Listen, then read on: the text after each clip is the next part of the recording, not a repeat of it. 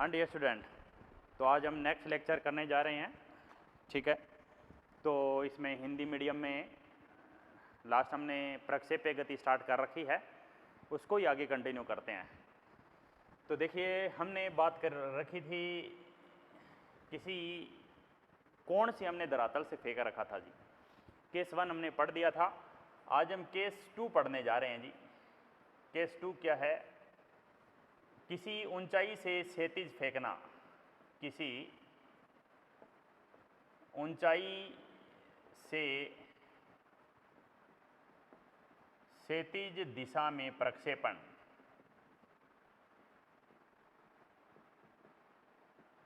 किसी ऊंचाई से क्षैतिज दिशा में प्रक्षेपण हम करने जा रहे हैं जी।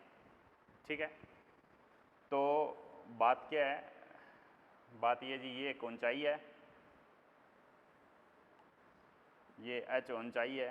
ठीक है, इस ऊंचाई से हम क्षैतिज दिशा में एक बॉल को u स्पीड से फेंक रहे हैं जी। ठीक है जी, बॉल को u स्पीड से फेंक रहे हैं, बॉल यहाँ आके गिर रही है जी। ठीक है जी, समझ गए? बॉल यहाँ के गिर रही है तो उसका यहाँ पर कोई तात्क्षणिक वेग आप निकाल सकते हैं। यहाँ पर कोई तात्क्षणिक वेग आप उसका निकाल सकते हैं। तो उसके दो घटक आप ले सकते हो। एक घटक ले सकते हो vx, एक घटक ले सकते हो vy, और ये कोई हम कोण ले सकते हैं जी अल्फ़ा।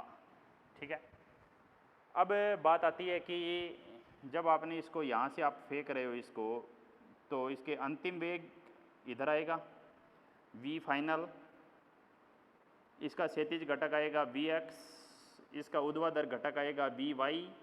यहाँ पे कोई अंतिम कोण होता है फाई, जो भी हम निकाल सकते हैं जी। ठीक है, तो बात क्या है? बात देखिए, हॉरिजॉन्टल x दिशा में वेग कितना है? ux क्या बताओ? x दिशा में वेग जो हम जिस कोण पर फेंक रहे हैं, कितने कोण पर फेंक रहे हैं? 0 डिग्री से। आप यहाँ पे कोण भी देख सकते हो, भी हम 0 डिग्री से फेंक रहे हैं जी। तो x दिशा का वेग मैं लिख सकता हूँ, ux को u लिख सकता हूँ। y दिशा में वेग कितना है? 0। y दिशा में नहीं फेंका है जी मैंने। x दिशा का त्वरण कितना है? 0 है। और y दिशा का त्वरण कितना है जी? इस बार माइनस का g नहीं है, इस बार प्लस का g है। ठीक है, तो बात है जी, देखिए इसको कितने कोण पर फेंका है? इसको आप थीटा बराबर 0 डिग्री ले सकते हो जी। ये क्षैतिज से 0 डिग्री के कोण पर प्रक्षेपण है। क्षैतिज से 0 डिग्री के कोण पर हम फेंक रहे हैं जी। समझ गए जी बात? ठीक है, तो अब ये इधर जाके टकराएगा। आप इसको ऐसे भी समझ सकते थे। कोई बच्चा कहेगा कि मैं तो जो प्रीवियस पार्ट था उसको ध्यान रख रहा हूँ भी, उसमें x दिशा में u cos थीटा था और y दिशा में u sin थीटा था, और थीटा को आप 0 डिग्री करो। थीटा को 0 डिग्री करोगे तो cos 0 तो 1 होता है और sin 0 0 होता है। समझ गए भैया? x दिशा में तो u हो गया और y दिशा में 0 हो गया। ठीक है, वस्तु धरातल तक आ रही है। तो अब यहाँ पे मुझे क्या क्या चीज़ निकालनी है वो मैं निकालने जा रहा हूँ। तो सबसे पहले पहला पॉइंट मुझे निकालना है कि जी वस्तु धरातल पर कितनी देर तक पहुँच रही है। धरातल तक पहुँचने में लगा समय, धरातल तक पहुँचने में लगा समय।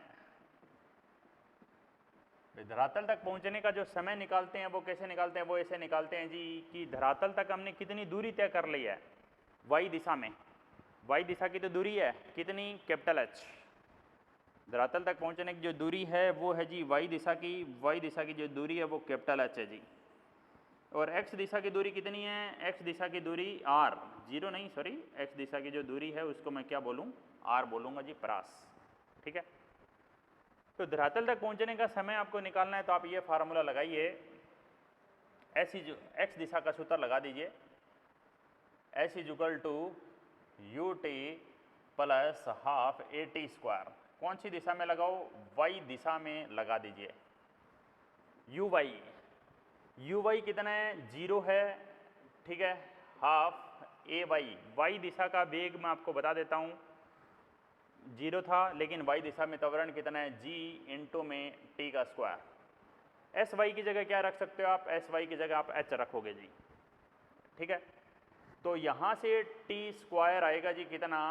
2h बाई जी और टी का फार्मूला आएगा जी रूट अंडर 2h/g। ठीक है, टी का फार्मूला आएगा जी रूट अंडर 2h/g, फार्मूला आ जाएगा। ठीक है जी, ये उड्डयन काल आएगा जी रूट अंडर 2h/g, यहाँ से यहाँ तक पहुँचने का टाइम आएगा जी। ठीक है, अब आगे बढ़ते हैं, उड्डयन काल आ गया। अब ये वस्तु यहाँ पर टकराइएगा तो उसका अंतिम वेग आएगा जी यहाँ पर। ठीक है, धरातल पर अंतिम वेग, धरातल पर अंतिम वेग हम निकालने जा रहे हैं जी। भाई वस्तु किस वेग से जाकर धरातल को टकराएगी।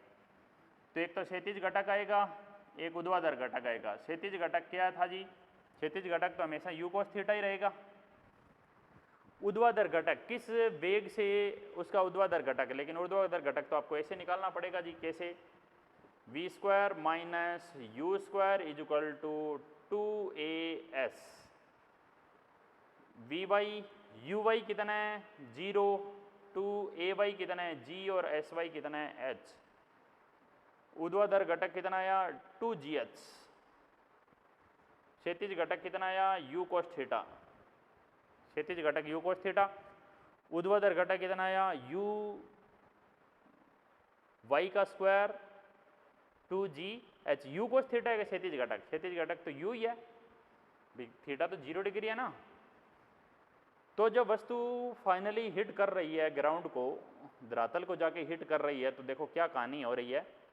ये जी अंतिम वेग, ये जी कोण फाई, ये जी उसका x घटक और ये है जी उसका y घटक।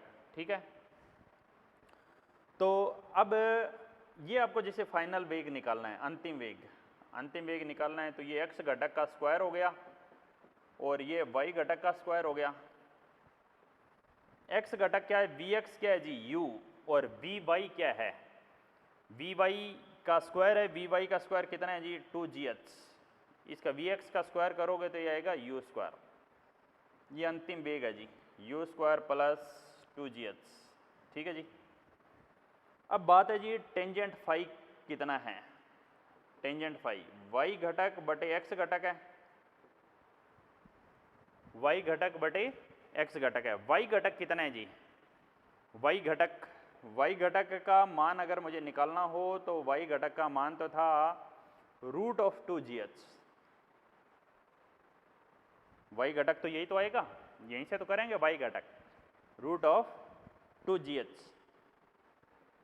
y घटक आएगा रूट ऑफ 2gh और x घटक कितना आएगा जी, x घटक क्या था, x घटक u ही था, तो ये फार्मूला आ जाएगा g root of 2gh upon u।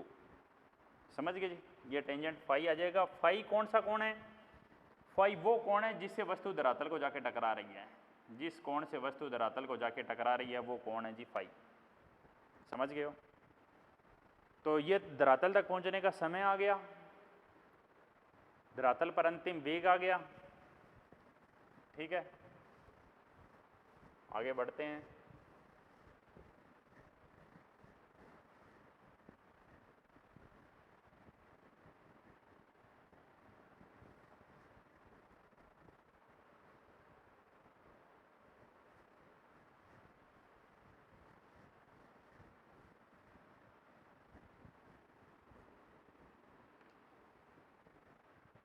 तो अगली बात देखिए,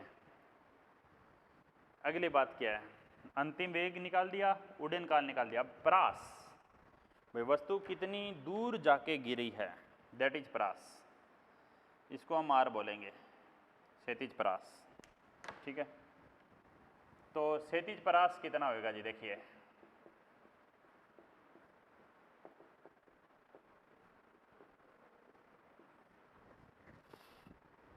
क्षैतिज परास आर का फार्मूला कैसे निकालें, s is equal to u t plus half a t square, x दिशा में लगा दीजिए जी फार्मूला।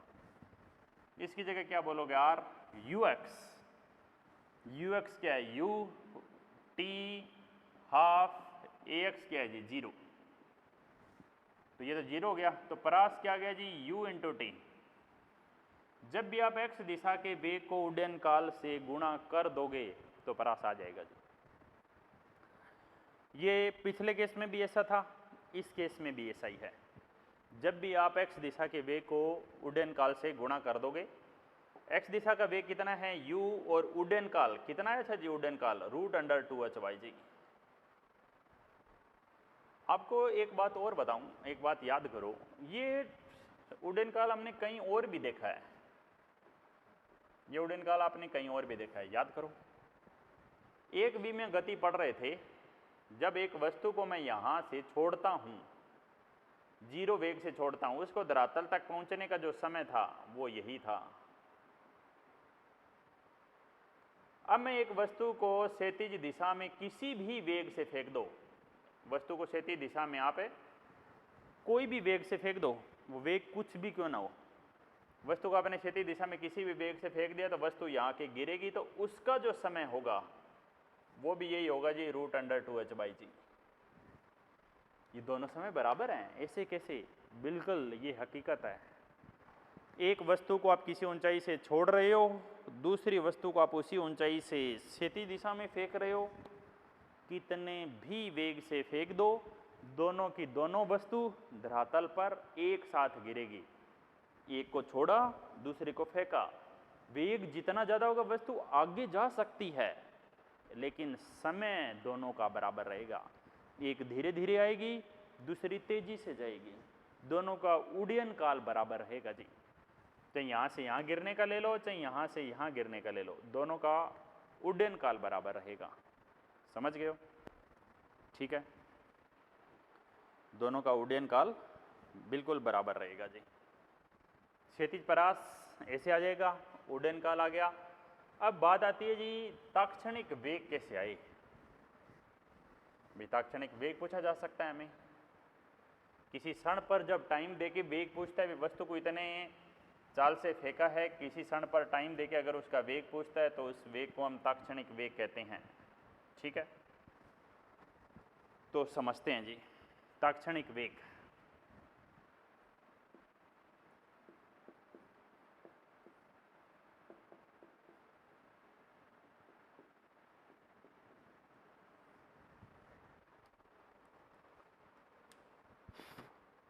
देखिए तात्क्षणिक वेग कैसे आएगा। तात्क्षणिक वेग यहां से आएगा जी, v इंस्टेंट। तात्क्षणिक वेग यहां से आएगा v इंस्टेंट। कैसे आएगा बताओ? इन दोनों का परिमाणी लेना पड़ेगा भाई, इधर है और इधर है, ये 3 पॉइंट है। ठीक है, देखो ये vx है, ये तो हमेशा u ही रहेगी भाई। क्षैतिज दिशा में त्वरण 0 है, क्षैतिज दिशा का वेग कभी बदल नहीं सकता है जी। जहां त्वरण 0 होता है वहां वेग नियत होता है। y दिशा का वेग कितना आएगा बताओ? क्षैतिज दिशा में वेग u है, ऊर्ध्वाधर दिशा का वेग हमें निकालना पड़ेगा जी। और ये कौन है जी? अल्फा। ये है तात्क्षणिक की दिशा, तात्क्षणिक वेग की दिशा, that is tangent alpha, that is Vy/Vx। ये क्या है जी? ये Vy/Vx है। ठीक है, तो ये तात्क्षणिक वेग की दिशा है Vy/Vx। y दिशा का वेग बटे में x दिशा का वेग। ठीक है, तो y दिशा का वेग लेते हैं। y दिशा का वेग कैसे निकालें जी? v = u + at, किसी टाइम पे तो निकालना है। v = u + at। ठीक है, ये y दिशा का वेग है। uy कितना है? 0। ay कितना है? g × t। तो y दिशा का वेग आ जाएगा जी gt। y दिशा का वेग आ जाएगा जी gt। ठीक है, x दिशा का वेग कितना आएगा? u। तो ये आ गया जी gt और ये आ गया u। यहाँ से दिशा आ जाएगी तात्क्षणिक वेग की। समझ गए? अब तात्क्षणिक वेग आएगा कैसे? v इंस्टेंट कैसे आएगा? v इंस्टेंट आएगा x दिशा के वेग का स्क्वायर प्लस में y दिशा के वेग का स्क्वायर, ठीक है। v इंस्टेंट x दिशा के वेग का स्क्वायर कितना है जी? u square. y दिशा के वेग का स्क्वायर कितना है जी? g square t square. ये फार्मूला आ गया। मैं आपको फिर बताऊं, ये फार्मूला आप पिछले केस से भी याद रख सकते थे। कैसे? पिछला केस क्या था? पिछले केस में फाइनल क्या था तात्क्षणिक वेग का? बताओ सूत्र। पिछले केस में तात्क्षणिक वेग का सूत्र था जी u square plus g square t square minus 2u gt sine theta. ये फार्मूला था। थीटा कितना है इस बार? 0 डिग्री। और साइन 0 डिग्री क्या होता है? 0। साइन 0 डिग्री क्या होता है? 0 होता है जी। तो v इंस्टेंट कितना होएगा? v इंस्टेंट होएगा जी u square plus g square t square minus 2u gt। Sine 0 0 हो जाएगा। तो क्या फार्मूला मिला? u square plus g square t square. ये मिला कि नहीं? फार्मूला मिला जी, u square plus g square t square. समझ गए हो जी बात? ठीक है। वी वाई बटे बी एक्स जी टी बटे यू, ठीक है। तो यह तात्क्षणिक वेग का फार्मूला आ गया जी, ये इसकी दिशा आ गई है। तो सारे फार्मूले जो आए हैं मैं एक साथ लिख देता हूँ, आप उनको फिर स्क्रीनशॉट ले लेना जो जो फार्मूले आए हैं, क्योंकि हमें इस लेसन में फार्मूले बहुत ज़्यादा हैं। एक ही प्रॉब्लम है इस लेसन की, फार्मूले बहुत ज़्यादा हैं और हमें हर एक फार्मूले को ध्यान में रखना पड़ेगा, नहीं तो क्वेश्चन होगा नहीं। फार्मूले बहुत ज़्यादा हैं, ठीक है। तो सुनो बात। तो देखिए जी, फार्मूले, सारे फार्मूले के ऊपर काम कर रहा हूँ मैं। सबसे पहला फार्मूला, धरातल पर पहुंचने का समय, धरातल तक जाने का समय, यानी उड्डयन काल भी बोल सकते हो आप इसको, उड्डयन काल भी बोल सकते हो। इसका सूत्र है वर्गमूल 2h/g। नंबर 2, ये तो हुआ जी धरातल तक जाने का समय। नंबर 2, दूसरी बात है जी उड्डयन काल आ गया, तो क्षैतिज परास जब भी निकालना हो डियर, तो इसका एक ही तरीका हमेशा लगाना, x दिशा के वेग को उड्डयन काल से गुणा करना। मुख्य तरीका तो यही है। x दिशा का वेग क्या है? u, और उड्डयन काल क्या है? √2h/g, ठीक है। ये क्षैतिज परास हो गया जी। धरातल तक जाने का उड्डयन काल आ गया, क्षैतिज परास आ गया, ठीक है। अब बात करते हैं तीसरा पॉइंट।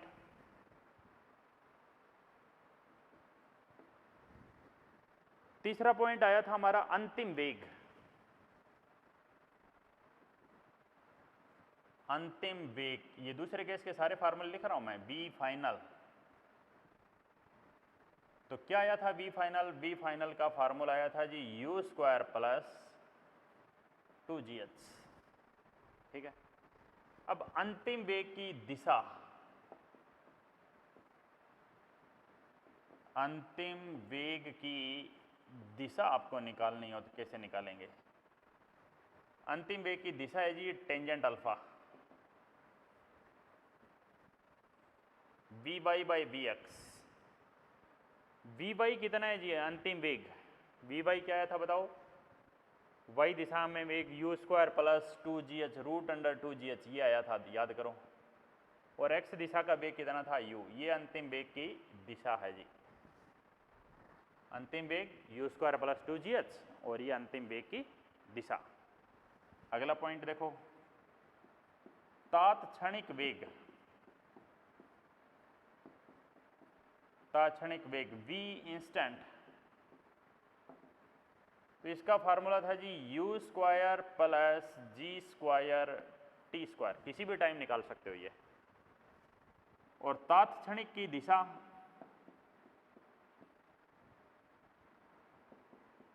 तात्क्षणिक की दिशा अगर आपको निकालनी हो, ये हम फाई लेते हैं, अल्फा नहीं, ये फाई कौन लेते हैं, तात्क्षणिक की दिशा वो हम यहाँ ले रहे हैं जी। तात्क्षणिक की दिशा टेंजेंट अल्फा, क्या होगा जी tangent alpha, v y by v x, v y by v x, यानी वी वाई कितना आया था जी, वी वाई क्या आया था, जी टी भाई, यू स्क्वायर, वाई दिशा का वेग, आरंभिक वेग 0 था, याद करो, v y equal to u y plus a y into t, और एक्स दिशा का वेग कितना था, u, g t upon u. ठीक है, ये एक तात्क्षणिक वेग है, वी इंस्टेंट। ठीक है, तो ये सारे फार्मूले बेसिक क्वेश्चन करने के लिए आपको ये भी पता होना चाहिए, नहीं तो बेसिक क्वेश्चन भी नहीं होगा। एक्स दिशा में वेग u, वाई दिशा का वेग 0, एक्स दिशा में त्वरण 0, ये g, ये h, ये r, उड्डयन काल √2h/g, क्षैतिज परास u √2h/g, अंतिम वेग u स्क्वायर प्लस 2gh, अंतिम की दिशा √2gh अपॉन u, तात्क्षणिक वेग की दिशा gt/u। ठीक है, तो अगर आपको ये सारी बात पता है तो आप सेकेंड स्टेज के क्वेश्चन जरूर कर दोगे, सेकेंड केस के। तो मैं क्वेश्चन से स्टार्ट करता हूँ, लिखिए, लिखो जी। क्वेश्चन है कि एक 45 मीटर, 45 नहीं 450 ले लेते हैं, 450 मीटर ऊंचे भवन से, 450 मीटर ऊंचे भवन से एक बॉल को क्षैतिज दिशा में 10 मीटर पर सेकंड से फेंका जाता है। ठीक है, 450 मीटर ऊंचा भवन है एक, वहां से एक बॉल को क्षैतिज दिशा में 10 मीटर पर सेकंड से फेंका जाता है। बॉल यहां के से गिरती है। ठीक है, 450 मीटर को क्षैतिज दिशा में 10 मीटर पर सेकंड से फेंका जाता है। तो ये उसका आर हुआ, प्रास।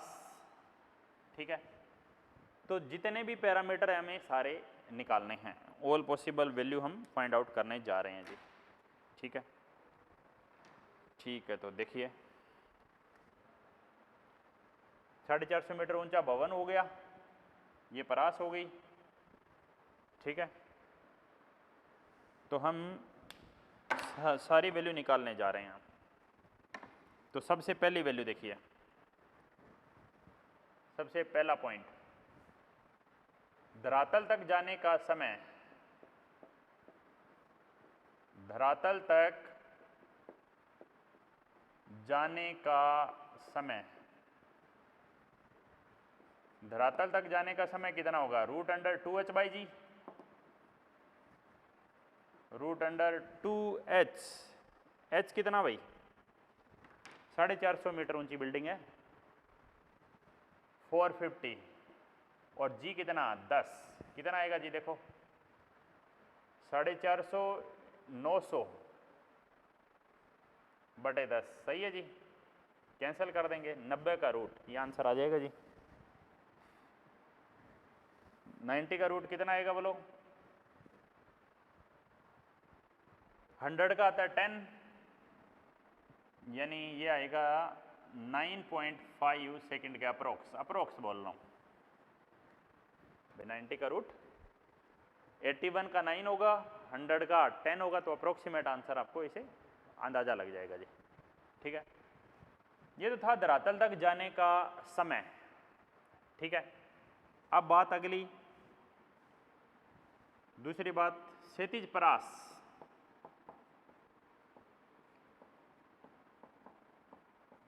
क्षैतिज परास R, x दिशा के वेग को उड्डयन काल से गुणा कर दो।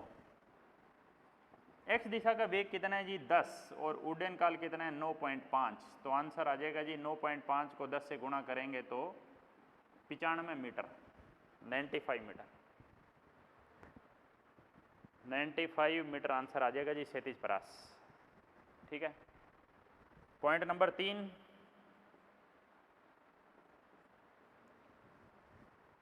पॉइंट नंबर 3 क्या है? पॉइंट नंबर 3 है जी कि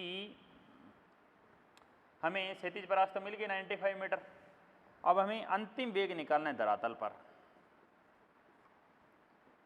अंतिम वेग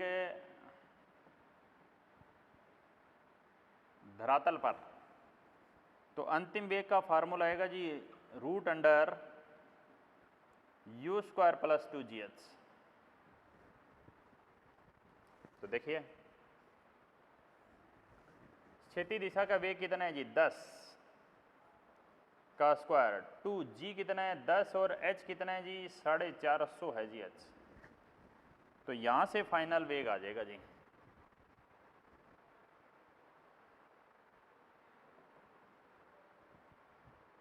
10 का स्क्वायर 100, 450 गुणा 2 900, 900 को 10 से करो 9000, तो ये आ जाएगी 9100। यहाँ से आंसर ले लीजिए। ठीक है, यहाँ से आंसर आ जाएगा जी। ठीक है, अगली बात, और क्या पैरामीटर हम निकाल सकते हैं जी? अंतिम वेग निकाल दिया, अंतिम वेग की दिशा पूछ लेता तो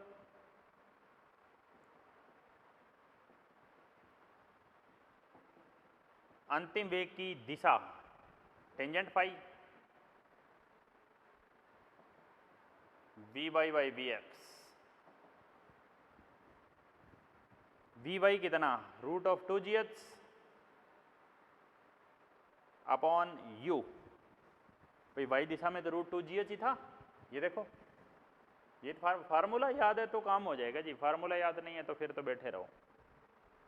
पहला काम ये जितने भी हैं स्टेज 1, स्टेज 2 और इसके बाद भी 2 स्टेज और आने वाले हैं, हर एक स्टेज का अलग अलग जितने फार्मूले हैं वो एक अलग फार्मूला बुक लगा लो, उसमें फार्मूले लिखो, इनके बार बार लिख के देखो तब याद होंगे। √2gh upon u, 2g 10, h कितना 45 या 450, 450 और u कितना 10, 45, 900, 9000 अपॉन 10। तो यहाँ से आगे सोल्व कर लो जी। 9 का √3 अंदर 1000, 1000 का √10 √10, तो 10 से 10 कैंसल, 3 √10।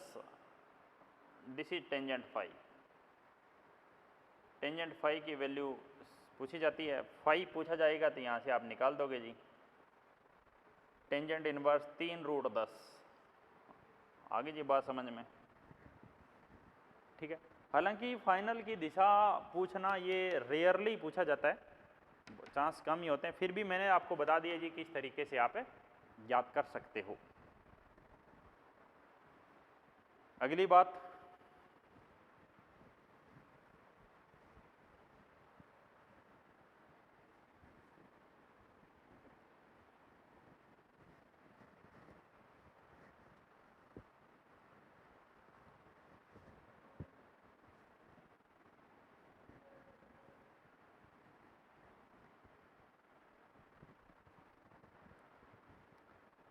अगली बात देखिए, नेक्स्ट पॉइंट है जी ताक्षणिक वेग। ताक्षणिक वेग निकालना है अभी तो ताक्षणिक वेग तो निकाला ही नहीं। क्या था, ऊंचाई कितनी थी 450 मीटर और क्षैतिज दिशा में वेग कितना था 10 मीटर पर सेकेंड। ठीक है, अब आपको बोल दे जी t बराबर 1 सेकेंड पर ताक्षणिक वेग और उसकी दिशा बताओ।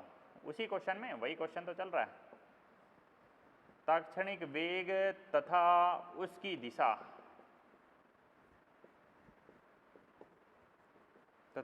दिशा बताएं। ये बात है, height they the, you they दिया, 1 सेकंड पर ताक्षणिक वेग और उसकी दिशा बतानी है जी। ठीक है जी, देखो तो ताक्षणिक वेग का सूत्र क्या है, v इंस्टेंट। क्या सूत्र था, u square plus g square t square.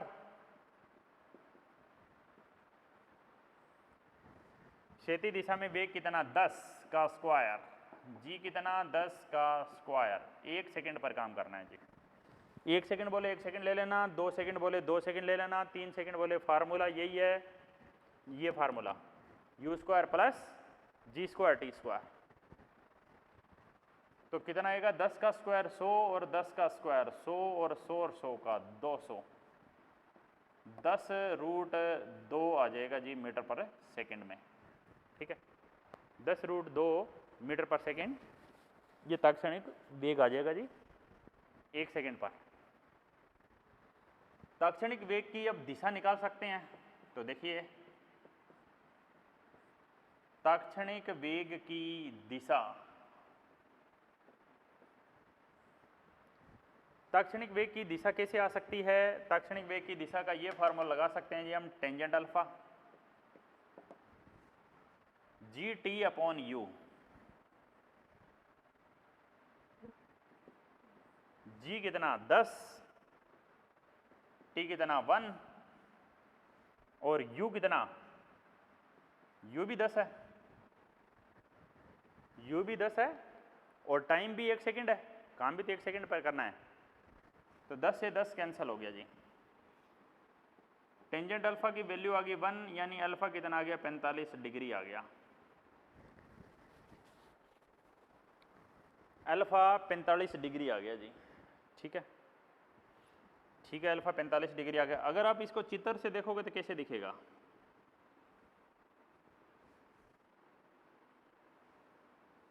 ये भवन था,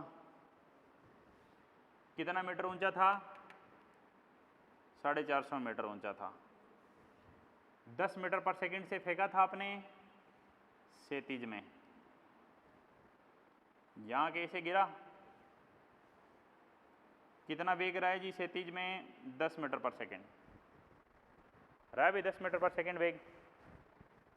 काम कब किया था, 1 सेकंड पर।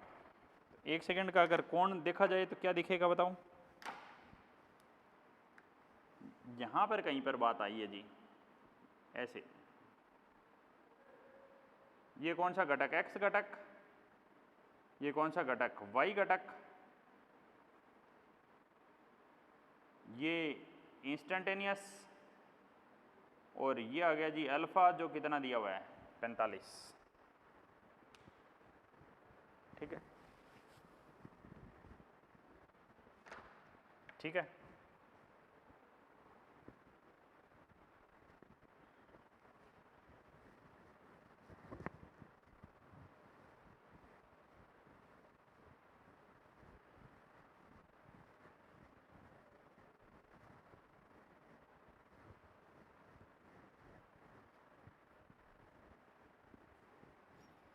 अब देखो इसमें और क्या पॉसिबिलिटी बन सकती है,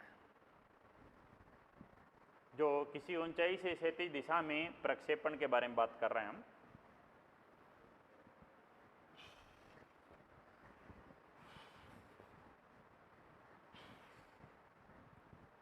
इसमें और क्या क्या संभावनाएं हो सकती है उसके बारे में हम बात करने जा रहे हैं जी। इसमें और क्या क्या संभावनाएं हो सकती है उसके बारे में हम बात करने जा रहे हैं। तो देखिए, सबसे पहले आपको ये डिस्कस करना होगा इसमें कि एक सीढ़ी वाला कॉमन क्वेश्चन आता है,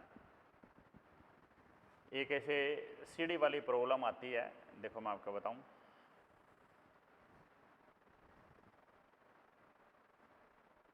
हाँ उससे पहले भी मैं एक प्रॉब्लम और बताऊं। हाँ देखो, जैसे मैं चेक करता हूँ आपका कॉमन सेंस कितना है। यहाँ पे एक एरोप्लेन है जी, जो इधर जा रहा है, मान लेते हैं u वेग से, कोई भी वेग दिया जा सकता है, ठीक है। और जब वो गति कर रहा है तो वो एक बम छोड़ता है, ठीक है। तो वो बम कहाँ पर जाएगा, ए बिंदु पर, या ऐसे आके गिरेगा बी बिंदु पर, या ऐसे आके गिरेगा सी बिंदु पर? कौन से बिंदु पे जाएगा बोलो? ए बी या सी बिंदु पर? कौन से बिंदु पे जाके गिरेगा? ए पे? ए पे तो कोई नहीं बोल रहा होगा। काफ़ी बच्चे बोल रहे हैं सी पे। क्या सी पे जाएगा? कुछ बच्चे बी पे भी बोल रहे हैं, हालांकि जाके गिरेगा सी पर।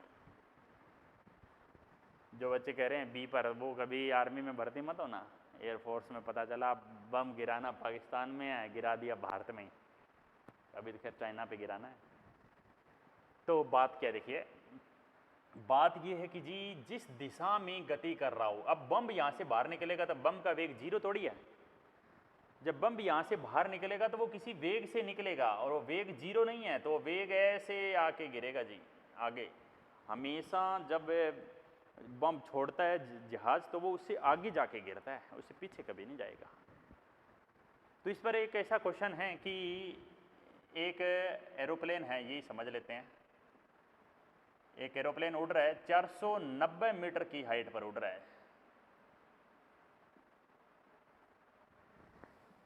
490 मीटर हाइट पर एक एरोप्लेन उड़ रहा है जो एक बम छोड़ता है जी, ठीक है।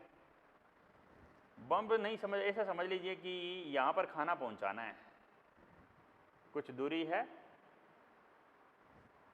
तो यहाँ पर खाना पहुँचाना है हमें, और ये दूरी कितनी है, ये दूरी 500 मीटर दूरी पर खाना पहुँचाना है जी। तो हवाई जहाज़ का वेग क्या रखें हम, ये क्वेश्चन है भाई। हाइट हमें पता चल गई, धरातल से हाइट कितनी है, 490 मीटर की हाइट है। 500 मीटर दूर पे यहाँ पे कुछ लोग बैठे हैं, ठीक है, कोरोना काल में, जिनको खाना पहुँचाना है जी, ठीक है। तो खाना पहुँचाना है उनको, तो हवाई जहाज़ की चाल भाई खाना आगे भी न जाए पीछे भी न रहे, बस उनके हाथ में जाके गिरे खाना। इसे जो फूड पैकेट है वो बिल्कुल उनके हाथ में जाए, ऐसे इसके हाथ में जाएगा, ये इसको दे देगा, समझ गए? ऐसा तो नहीं अकेला खा जाएगा। तो इसकी चाल क्या रखें, तो क्या सूत्र लगाओगे बताओ? सूत्र तो वही जी परास का, u रूट अंडर 2h/g, सूत्र तो यही है हमारे पास। परास कितना है, परास 500 मीटर है जी, ठीक है। u आपको निकालना है, रूट अंडर 2h कितना जी 490, और g कितना 10, ठीक है। एक जीरो से एक जीरो आप काट सकते हो, इस u को हमें निकालना है, ठीक है। 49 का रूट आ जाएगा, 49 का रूट क्या आ जाएगा बताओ? 7, पीछे क्या बचेगा? रूट 2, 7 रूट 2, ठीक है। u 49 का 7 रूट 2 500, अब वर्ग कर दो, u आ जाएगा जी 500 गुणा 500, 7 रूट 2 यानी 49 गुणा 2, तो u आ जाएगा। g की वैल्यू वैसे 9.8 भी ले सकते थे, जब ऐसे क्वेश्चन में आ जाए ना, जब 49 हो, इस तरह के आंसर हो, तो g की वैल्यू अगर आपको कुछ नहीं कही जाए तो आप यहाँ पे 9.8 ले लो, ताकि आंसर जल्दी से सोल्व हो जाएगा, कैलकुलेशन इजी रह जाती है। जैसे मैं बोलूँ 9.8 ले लिया मैंने, तो u 2 49 ये 98, दशमलव लगाया 10, 49 दूनी 98, कैंसिल हो गया ना, 500 u वर्गमूल 10, ठीक है। 500 का वर्ग 2500, u स्क्वायर वर्गमूल 10, कैंसिल कर दो जी, वर्गमूल 10 हट गया, 5 का 500 गुणा 500, 500 गुणा 500 2500 होंगे क्या? नहीं,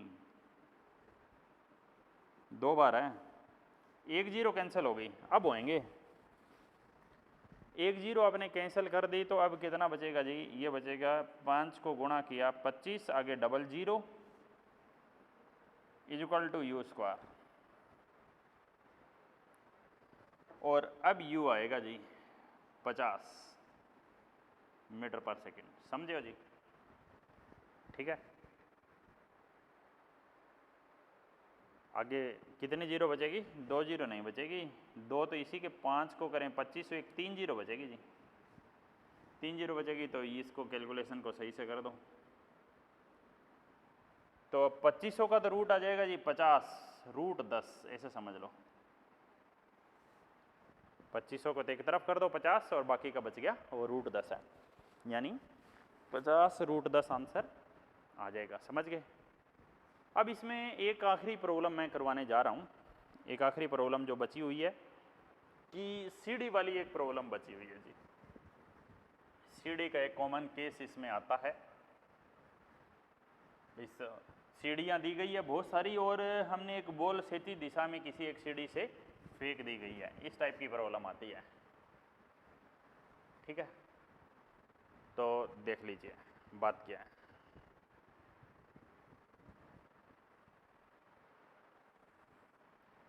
बात है जी इस तरह से सीढ़ियाँ बनी हुई है,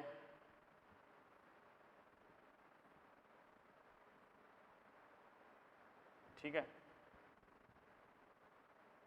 यहीं तक ले लीजिए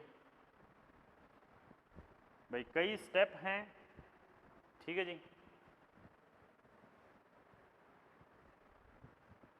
यहीं तक हम डिस्कस कर रहे हैं जी, यहाँ तक, ठीक है।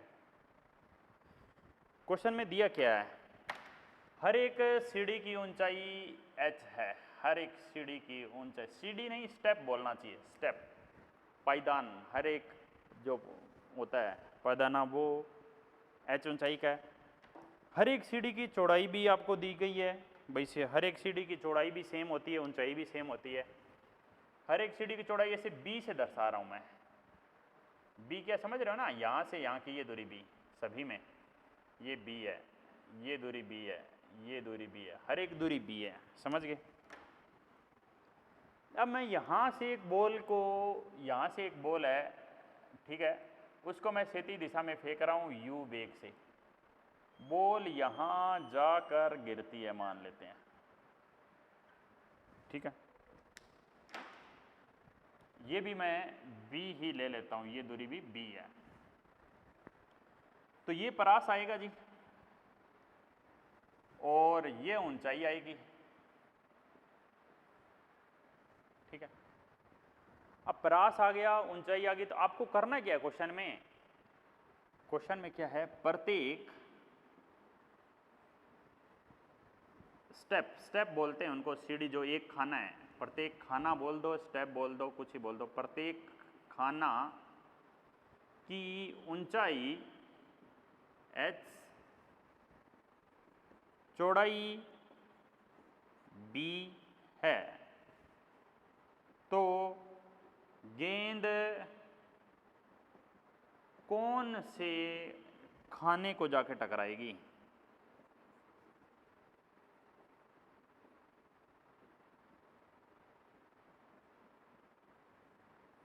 गेंद कौन से खाने को जाकर टकराएगी, ये क्वेश्चन है जी। गेंद कौन से खाने को जाकर टकराएगी, समझ गए जी बात, ये सवाल है जी। तो समझिए जी बात क्या है, b plus b plus b plus b कितनी बार, n बार, n बार है, बार बार है, b plus b plus b plus b n बार, तो ये क्या हो गया जी nb, ये क्या किसका काम करेगा, ये क्षैतिज परास का काम करेगा, b plus b plus b plus b n बार, ये nb क्षैतिज परास का काम करेगा, ठीक है जी। अब ऊंचाई में h plus h plus h plus h कितनी बार, n बार, ये किसका काम करेगा, ये कैपिटल H का काम करेगा, n इंटू में h, ठीक है।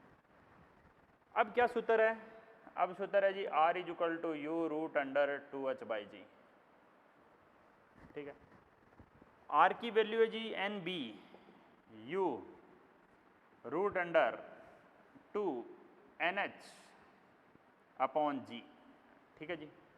वर्क कर दो, n सोल्व कर दो। n square b square is equal to u square 2nh upon g, एक n से एक n कैंसिल कर दीजिए। n का फाइनल फार्मूला आ गया जी 2u square h upon g b square, 2u square h upon g b square, ये n का फाइनल फार्मूला आ जाएगा। अब बात समझना, इसमें भी एक काम की बात है भाई, मान लेते हैं हमें कोई डाटा दिया जाता है और हमें n सोल्व करना पड़ जाता है, तो आंसर किस हिसाब से टिक करेंगे, ये भी एक लॉजिक है। देखिए बताता हूं मैं, एक क्वेश्चन है, क्या क्वेश्चन है देखो, क्वेश्चन ये है कि बॉल को क्षैतिज दिशा में, गेंद को क्षैतिज दिशा में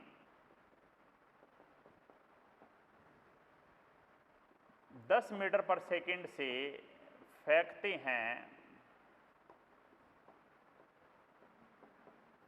हैं तो, बॉल को क्षैतिज दिशा में 10 मीटर पर सेकंड से फेंकते हैं तो गेंद कौन से खाने को जाके टकराएगी।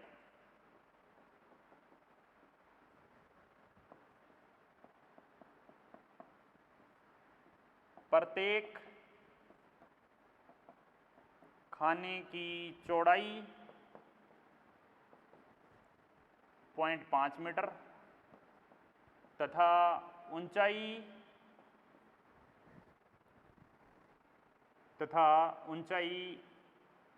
1/3 मीटर है। ये सवाल है जी। तो अब क्या करेंगे, फार्मूला जिसको याद है वही करेगा जी सवाल, ऑब्वियस सी बात है। फार्मूला लगाएंगे direct, n is equal to 2u square h upon g b square, 2u square h upon g b square, 2u square, ये u है जी, u 10 का स्क्वायर 100, h कितना है बताओ, h की वैल्यू कितनी है, प्रत्येक खाने की ऊंचाई 1/3, जी बी स्क्वायर, जी कितना 10, बी स्क्वायर, बी का स्क्वायर कितना है, प्रत्येक सीढ़ी की चौड़ाई कितनी है 1/2 का स्क्वायर है जी। तो बस सोल्व करना है जी। देखो ध्यान रखना, सोल्व करने के बाद भी ऑप्शन ध्यान से टिक करने पड़ेंगे। 2 गुणा 10 20/3, ऊपर आया 20/3 और नीचे आया 1/4, 20/3 ये हो गया जी 4/1, 80/3, 80/3 कितने पे जाएगा, 3 दूना 6, बच गया 2, 3 छिके 18, फिर बच गया 2, फिर 3 छिके 18, 3 दूना 6, 2 बच गए, 3 छिके 18, फिर 2 बच गए, ठीक है 26.6 है। तो अब आप कौन सा आंसर टिक करोगे, अब कौन सा आंसर टिक करोगे, n का आंसर मान लेते हैं ऑप्शन में ऐसे दिया गया है 25, 26, 27, 28, कौन सा टिक करेंगे, हम 27वां टिक करेंगे। क्या इसलिए टिक किया गया 26.6 इसलिए 27, नो नो नो, अगर ये कह रहा हूँ 26.1 होता ना तो भी यही आंसर टिक करते, इसको अंक को पूर्णांकित नहीं करना है, 26.1 होता तो भी 27 टिक करते, क्योंकि 26.1 का मतलब भाई आप 26वां स्टेप पूरा कर चुके हो, आप अगले स्टेप पर आ गए हो भाई, यहां तक 26 है, 26 आप पूरा कर चुके हो तो आप अगले स्टेप पे आ गए, तो ये कौन सा स्टेप हो गया, ये 27वां स्टेप हो गया। 26.01 होता तो भी मैं 27 को टिक करता, बात समझ गए, यहाँ पे अंक को पूर्णांकित नहीं करना है। तो आज का ये लेक्चर यहीं ख़त्म करते हैं। होमवर्क क्या है भाई, होमवर्क है जी कि आप इनके क्वेश्चन करें, एग्जाम्पल कर लें, एग्जाम्पल 1 से लेकर 10 तक एग्जाम्पल कर लें। स्टेज 1 के आप 30 क्वेश्चन कर लें। स्टेज वन के आप 30 क्वेश्चन कर लें और एग्जाम्पल 1 से 10 कर लें। समझ गए जी? ठीक है जी, मिलते हैं नेक्स्ट लेक्चर में। Thank you.